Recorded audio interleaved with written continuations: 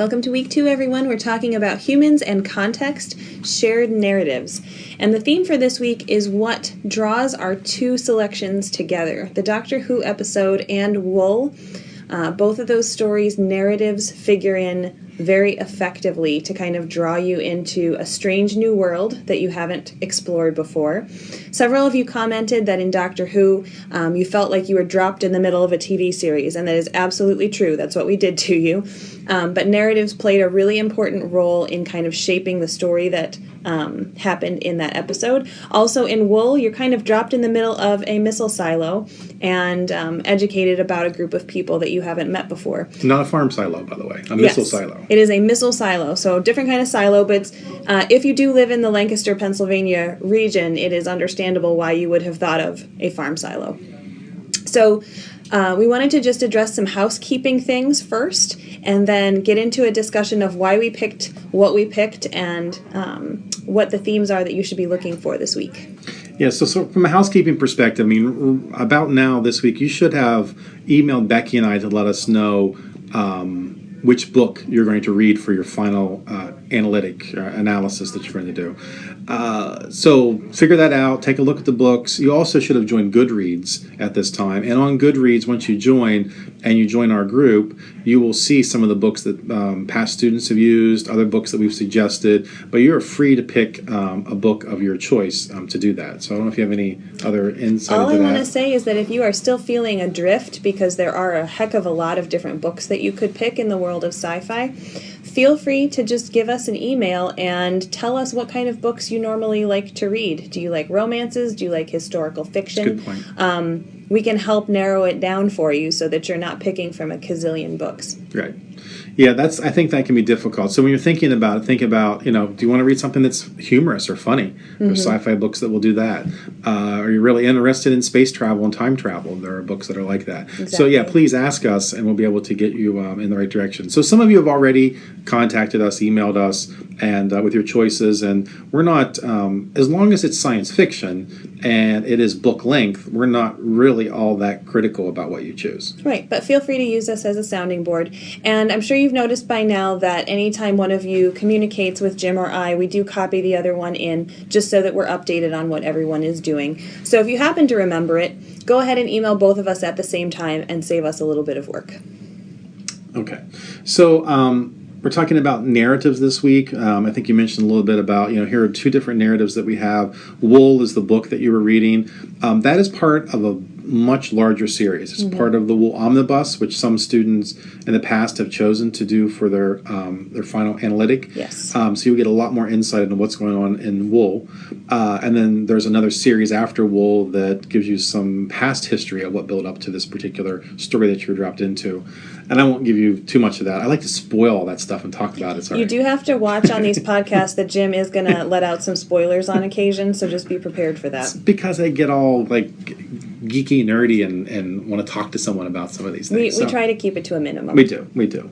But thinking about the ways in which there's a worldview that's going on, there are particular behaviors that are taking place, yes. And I know some of you mentioned that you still struggle a little bit with the sci-fi aspects of things, and I hope that as we get further along, you'll begin to see that that's really just a trope. The metaphors, sort of the facade of what's going on. Underlying these stories are really human interaction. Right. How humans are interacting with other humans, as we're talking about later, how humans are interacting with the world around them, with nature, with machines, with robots, with their fears, how they interact with where they think they're going to go contemplating the future. Yeah, I mean, the people living in the silo are essentially just a group of humans living in a confined space.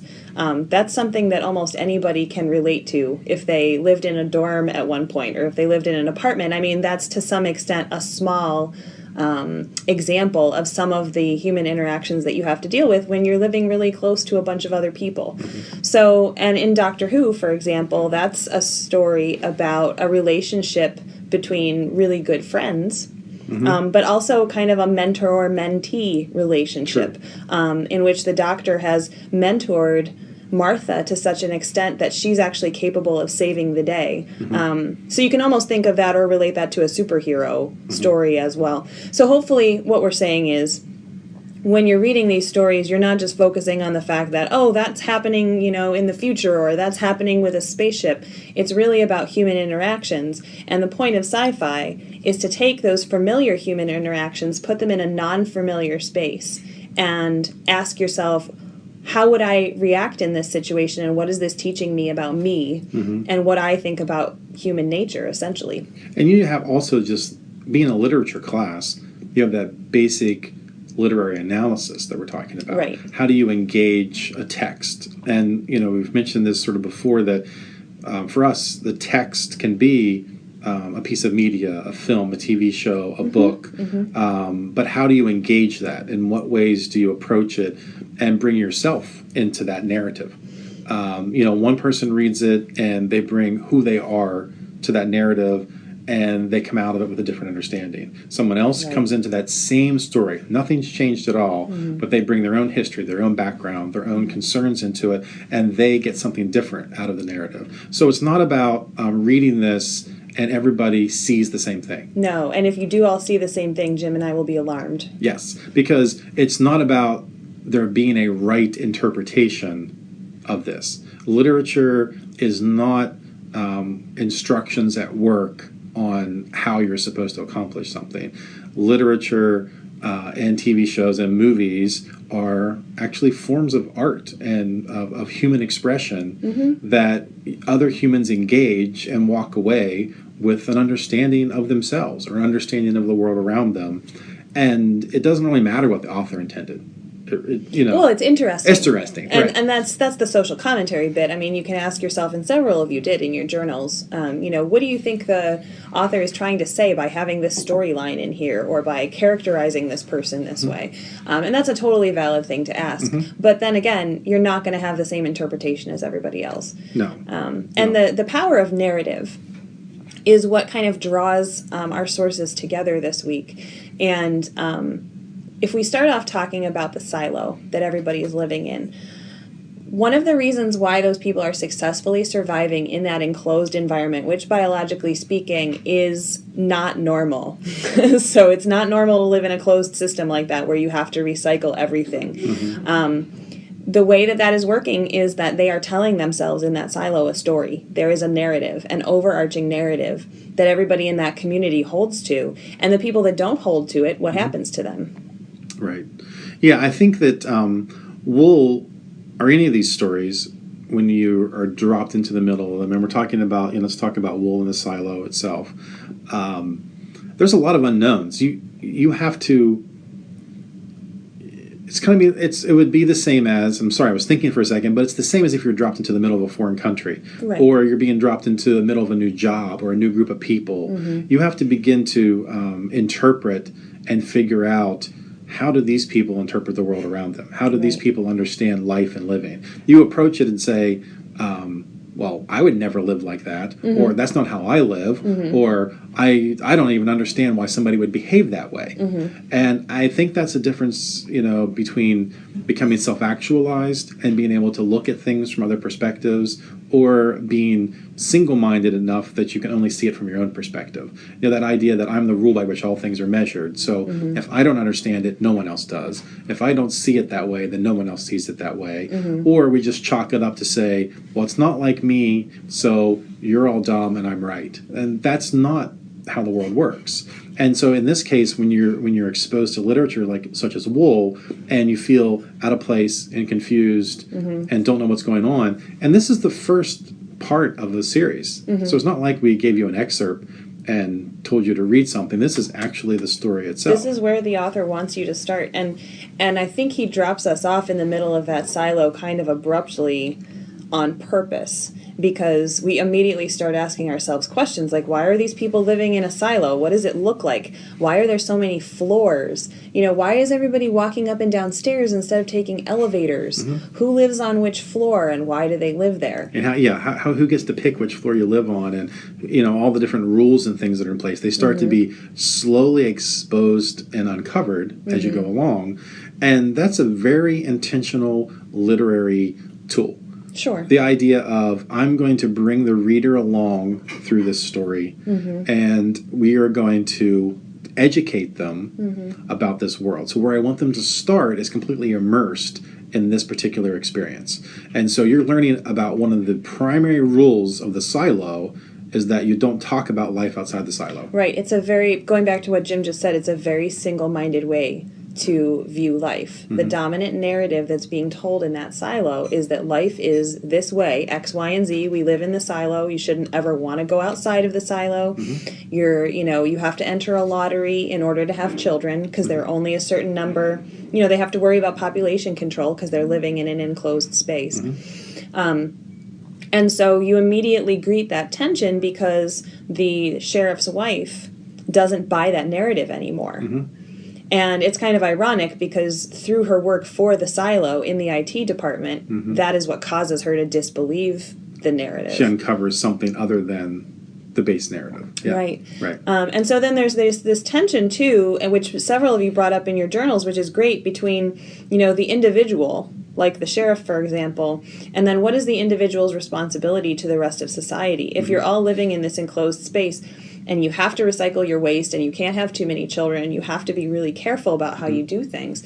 How much of a responsibility to your individual spouse do you have, to yourself do you have, versus the entire society? There's kind of more at stake there in a recognizable way than there is in the life that you might be used to not living inside a silo, because it feels to us like we don't have to be quite so worried about our waste. We don't have to be quite so worried about how many children we have, because there's not going to be this immediate consequence of, oh my God, we just ran out of oxygen.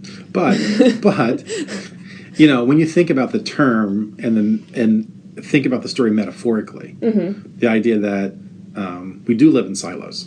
We use that term a lot of times to say that, this organization is siloed. Yes. So individual departments don't see outside their own department. Or the United States is siloed from China, and China is siloed from, the Middle East. And so there's these silos. And so it's the same thing that's happening, because the only thing they know is what they know in their own silo. Right. They're not to concern themselves with anything outside of their silo. Right. And they are just to function and focus on what's right in front of them.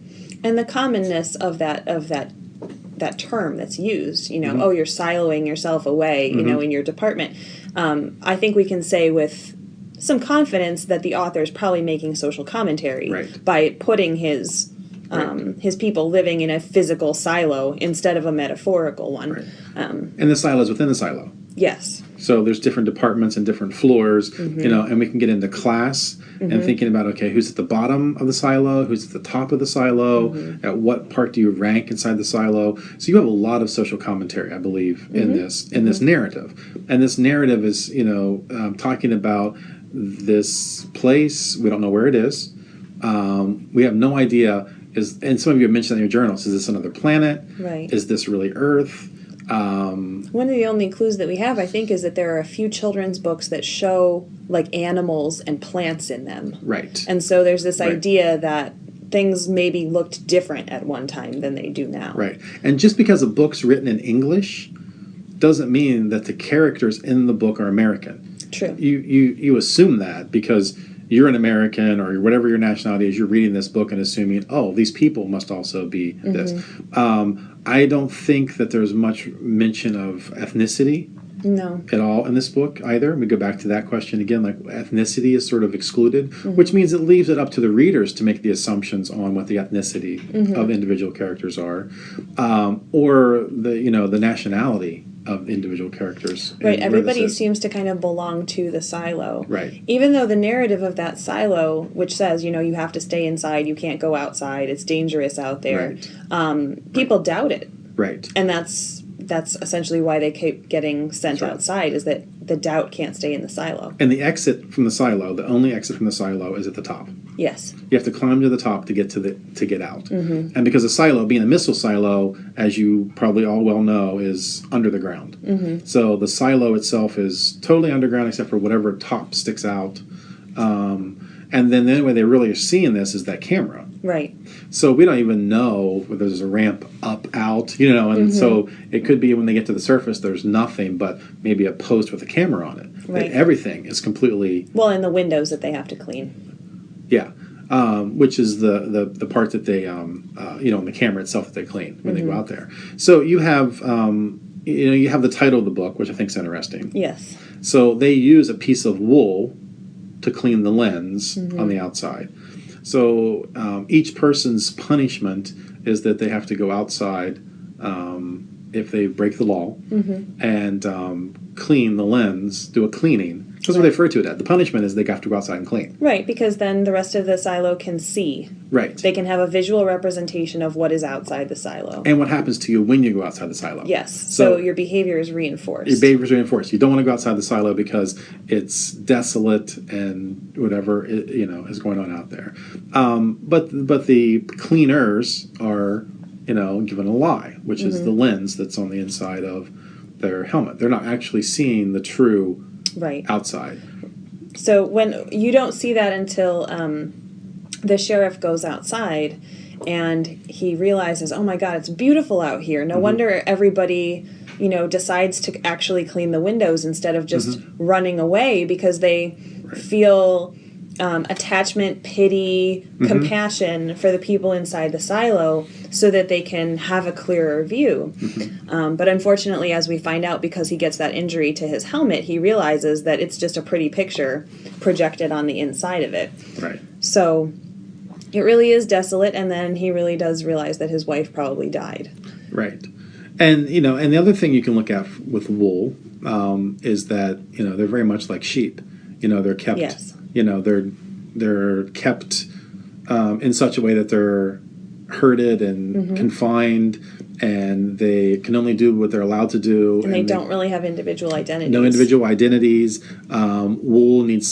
Sheep need someone to shepherd them because they're usually considered too feeble-minded to be able to make decisions for themselves. And so practically all decisions have been taken away from these people. Because the narrative tells them everything that they need to know. It tells them how to live a good life, what it means to be a good person, and essentially what your job is for the rest of society. Right.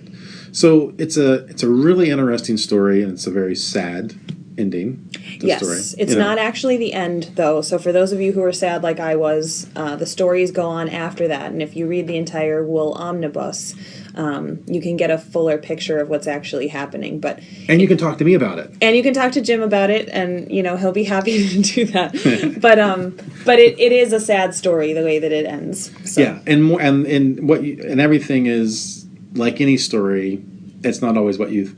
There's more to the story. For sure. There's a lot more to the story, and there's a lot more to the series, and it's really well written, and it's an excellent series. Because there's a lot more to being human. Right. The authors dropped you off in this story. It's going to take you a while to get to know what it's like to live in that world. Right. So we talked about Howie a little bit. This was self-published. Yes. So it's still free on Kindle, and he retained the rights to release these free. I think the next one or two are close to being free or rather inexpensive if you want to do that. Even the omnibus, which includes this story and all the complete stories that he wrote, is rather inexpensive. But it's just interesting that he's able to write this narrative, right? Sort of a social commentary about his perception, something of how he thinks the world is or could be or might be. People acting like sheep. Living in silos, and is able to publish that. And people read that. Right, and it's kind of even more fun because the way he publishes it is by himself. He self-publishes instead of following the normal path of the people in the ivory tower or the silo in academia, going through the main publishing house, which is how you used to have to publish things. He's essentially going around that and saying, I don't need to follow that path, I'm going to follow my own path. So even the way that he publishes the story, let alone the story itself, kind of suggests that part of his social commentary is this idea that individuals need to have choice. Right. Yeah, he's not pro any of this. I think that's interesting. Sometimes we read authors and books and think that the author sort of is proposing something. Yes, like we should all live in a silo. We should live in a silo, and this is a perfect way to live our lives. It would be great. So it gets us back into that conversation of utopic versus dystopic, yeah. I think, in a lot of ways. And most of us, would think, we would say that this is a dystopic Most of us would, but again, that's in the eye of the beholder. So if you think that this is really kind of neat that people have developed the technology to all live in this enclosed space and have everybody survive. In that way, you can think of it as a utopia. Plus, we don't really have anything to compare it to besides where we ourselves live. There's no other society in the story yet to compare it to. So we don't know if it's better than how things were before, if it's worse than how things were before. That's right. We see the outside, but we still don't even have a clue of what's really going on outside. Right. It looks like everything's been wasted, a wasteland. Right. And where this is and what this is, we still don't know. But we have no idea what drove them to be in a silo. But we have generations upon generations now in this silo. We're talking very long time that they've been here, to the point where this is what they're born into. This is all they know. Nobody knows their origin story. That's right. Which, as one of our students last semester pointed out, was a major point of anxiety. Like, people like to know their origin story. They like to know what their ancestors were doing that got them to that point. Yeah, their history is the silo. Exactly. So what they're grounded in is the silo, and so all they've known is the silo. And so when you have someone who becomes outspoken that there has to be more, I've uncovered truth, there's something besides the silo, then that person is basically killed. And it's understandably very alarming to people. I just want to do a quick side note about ecology, because it's not super easy to find in these two stories, and Jim was just talking about dystopias. What you'll find in science fiction is that oftentimes a dystopia will involve some type of disconnect between human beings and the natural world, or some type of corruption of the natural world that changes humans' relationship to it. It's not easy to find the ecosystem in these stories because they look so different. So the silo itself in wool is an ecosystem. The food, the air, the water, the waste conversion, all of that is taken care of in the silo, and they grow their own food. And so this is kind of one of our first tastes of, is nature really nature if it's not physically on Earth? Is nature if we create it inside of a missile silo? Right. And if so, that's a fundamentally different understanding of what an ecosystem is. Moving a little bit into Doctor Who, one of the things that I picked up in this episode, which is not heavy on, ecological themes, there are some Doctor Who episodes that really are, but one thing I noticed is that you'll see, once the Master has taken over the world, the landscape drastically changes in the episode. You go from being able to see like a lot of green and blue and like happy faces and multicolors to all of a sudden people who are kind of all the same, wearing the same type of thing. Cities are very kind of blah, kind of gray and beige and dark. And then you also have a lot of like industry and weapons and kind of built technology filling the landscape instead of the way that it had been before. So then, very similar to wool, in the sense that they've reached that point where there's the lack of individuality, that it's a very black and white world, very concrete, monochromatic. And concrete in a sort of way that you have your basic simple things that you're supposed to do, and you mindlessly do those, and you don't really care about. You don't contemplate a future. You don't worry about whether you have a history in which you're grounded in. Your roots don't make don't make a difference anymore. You're only living in the here and now and living in the moment. And part of the way that that's accomplished in these stories and others is to take people physically away from the environments that they know.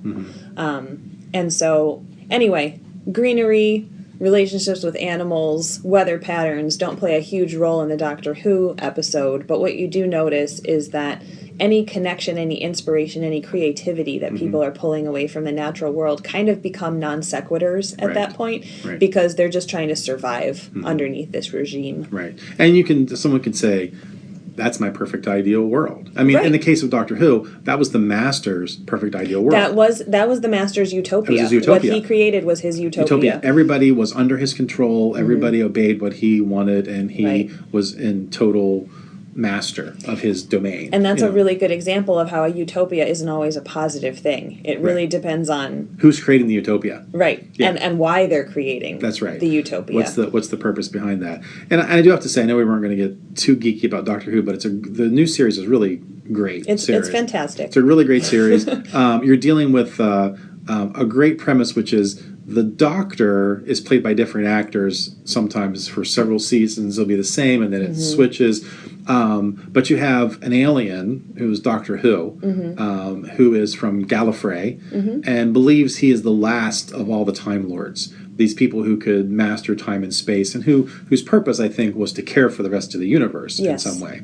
And so he believes he's the last of the Time Lords. The Master is another Time Lord. Yes, which he finds out about. What he finds out about, and the Master becomes, and even in the old series, and this is one of the longest running sci-fi series in the history, I think, of television. I think it's been on since the 60s. In the early 60s. It started in the early 60s in black and white and continues to go on, and at this point it's scheduled to go on until 2020. So, Doctor Who has become a huge cultural phenomenon and has been part of multiple generations of, European, British children and American children alike and all over the world. So you have this Master who the Doctor finds out is the last of his kind, and you can understand why, even though he was such a horrible person and wanted to enslave the human race, the Doctor did not want to lose his heritage, his history. Right. I mean, if you were living on some strange planet with the only other human ever, and they were like, no, I don't want to live anymore, I'm going to let myself die, you would be really sad. Right. And several of you brought up that point that, the Doctor forgives the Master. Right. And there are many theological themes in this episode. Right. So you kind of have the Doctor playing the role of God at some points, and then you have the Master playing the role of God. Like this competing gods. Exactly. And race. then Martha's kind of like this evangelist who's going around telling the narrative of who the Doctor is and more importantly, what that means for humanity. The fact that there's somebody there to protect humanity and look out for humanity. Right. And make sure that they have the freedom to kind of live the way that they want to live. And it's one of the only episodes that's really like this sort of the resurrection of the Doctor. Yes. So we have whatever the Master is doing to the Doctor to make him look like a bird in a cage. Bird in a cage, baby, alien, weird thing. Yeah. Which I don't know what that was. But you have this going on, and the only thing that Martha does, which makes it so reminiscent of other faith-based practices, is that she goes around and evangelizes with the assumption or understanding that the more people that believe in the Doctor, then the Doctor will draw strength from that and be resurrected. Well, and that's part of the miracle too, is that there is such a connection between the Doctor and humankind. Right. That love and affection can physically restore him. Right. So there's nothing like weird telekinesis, telepathic, or anything like that going on. It's not like the people. He is an alien. He's an alien, but I meant when the people all call out the Doctor's name. Yeah. It's very much a biblical perspective that says if you call on the name of the Lord, you'll be saved. Right. If you evoke the name of the Lord, then, or God, or whoever you worship, then you will be heard and you will be saved, and that God will then be empowered by that that worship that takes place. So it is one of the odder Doctor Who episodes, but because it's so much lends itself to a theological discussion. It really does. Is one of the reasons why we bring that in. And it's the second half of a two-part episode. So there's an episode prior to that we watched. So some of you, I hope you watched the same episode. There are lots of Doctor Who episodes to see and to watch, but keep in mind. And just so you know, the Master's not dead. Yeah, the Master's not. Nobody ever. Nobody dies in the comic books. Or a lot of people movies. Don't really die in Doctor Who because the Time Lords are able to. They can travel in space and time. Travel in space and time, but they never go back and kind of get in their own timeline and have a paradox and mess up. They can't go back to the same point in time ever. Right. But they, the Doctor can sort of. Whatever it's called, sort of, I forget the term, but he sort of regenerates. The regeneration. Oh, sorry. So he regenerates. What you were looking for. I kept on looking. I'm looking at Becky and imploring for her to fill in the word. I didn't know that was the word he wanted. But regeneration that takes place, and so, but then sometimes regenerates and comes back to who they were. Right. But most often regenerates back into another individual or someone else they've seen or connected with, and which is fascinating. A very, very effective storyline. You may be asking yourself, how could this show have been on since the 1960s? It's because you think about what you would do if you could travel in space and time. Okay? There's a lot of possibilities. You could fix things. You could ruin things. You could change things so that you have an entirely different life. And so the questions, the ethical, theological, moral questions that come up when you do have the power to travel in space and time, they're pretty much inexhaustible. Right. And so this is just one example of, in this, experience that the doctors had over hundreds of thousands, probably, of years with humans on Earth, how strong is that relationship? Well, it turns out that it's strong enough to actually essentially bring him back from the dead. Right. And the doctor always has a companion that's a human that keeps the doctor grounded in humanity and a human understanding. So that he remembers, because he's not human. And so you also get a lot of talk about what it's like to be human. Right. But you're talking about, and we'll get closer to that, we talk about your short story project, and we start talking about world building. I mean, here's a world that's been built that you can return to over and over and over again. And why does that work? And I think British shows are serialized in the sense that every season of Doctor Who has episodes that are individual. You can usually watch them individually. Right.